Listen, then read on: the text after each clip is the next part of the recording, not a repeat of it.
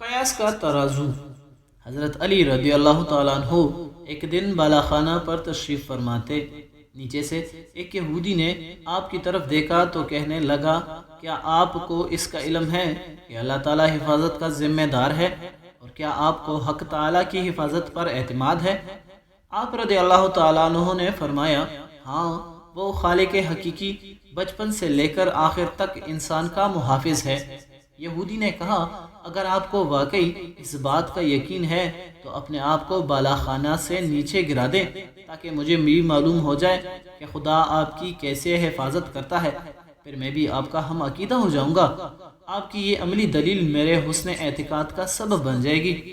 حضرت علی رضی اللہ تعالیٰ عنہ نے فرمایا، کب بندہ کو یہ حق پہنچتا ہے کہ وہ خدا کی آزمائش اور امتحان کی جرت کرے؟ اے احمق نالائق، بندے کی کیا ہمت کہ وہ حق تعالیٰ کا امتحان لے۔ یہ بات تو صرف حق تعالیٰ ہی کو زیب دیتی ہے کہ وہ اپنے بندوں کا امتحان لے تاکہ ہم اپنی حقیقت سے آگاہ رہیں اور اس کے عالم الغیب ہونے کے بارے میں ہمارا عقیدہ پختہ رہے۔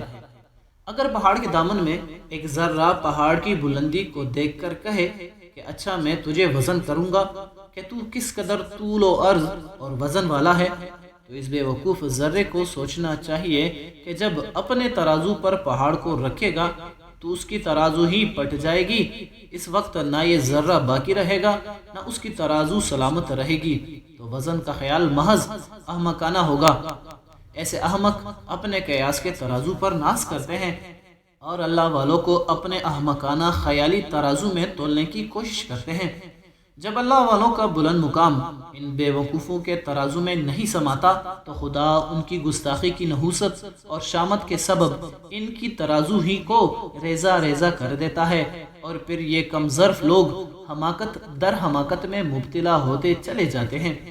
مولانا نصیحت فرماتے ہیں، اگر اس قسم کے امتحان کا وسوسہ بھی آئے تو اس کو اپنی بدبختی اور ہلاکت کی علامت سمجھو اور فوراً سجدہ میں گر جاؤ اور گریہ وزاری میں مشغول ہو کر خدا سے پناہ مانگو کہ اے رب غفور الرحیم، مجھے ایسے فاسد گمان و خیال سے خلاصی، رہائی اور معافی عطا فرما۔